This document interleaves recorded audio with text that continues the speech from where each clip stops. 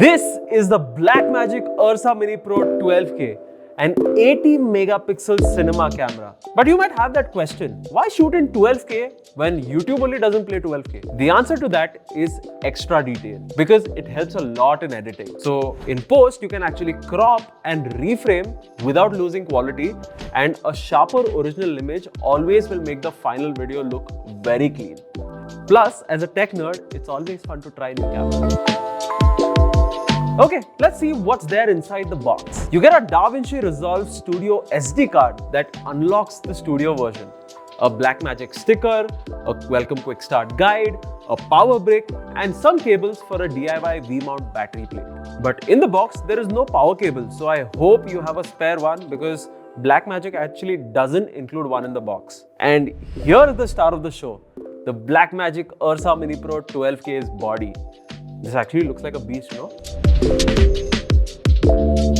On the left hand side, there is a small screen that shows you the time code and sound levels. This camera actually follows an ENG style layout. You may ask, what is ENG?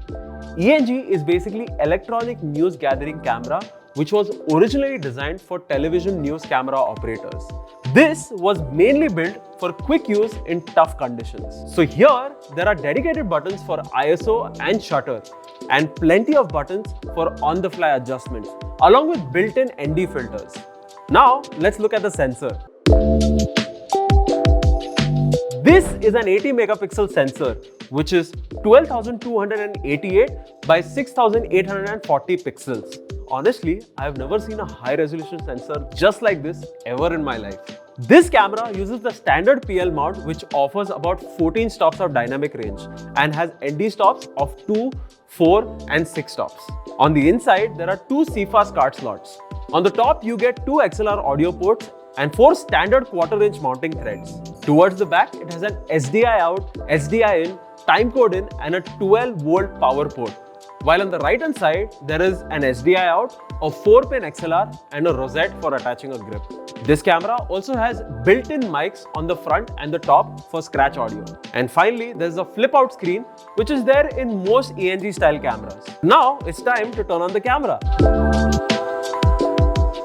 This particular camera only records in Blackmagic RAW, a compressed RAW format with options like 5:1, 8:1, 12:1 and 18:1 compression ratio. This camera can shoot up to 12K at 60 frames per second and 8K at 120 frames per second, and finally 4K with a Super 16 crop at 240 frames per second.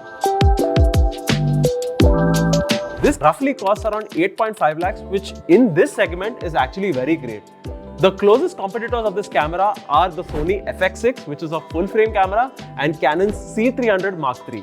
Now let's go ahead and compare the Blackmagic Ursa Mini Pro 12K with the Blackmagic Pocket Cinema 4K. Man, when I look at this footage, there is actually a lot of difference. For editing, I need to go buy some extra GPUs because this will not work on my GTX 1080 card. But this is a conversation for a different video. So that's it for this video. Thank you guys for watching this. Don't forget to subscribe, and I will see you guys in the next one. Bye!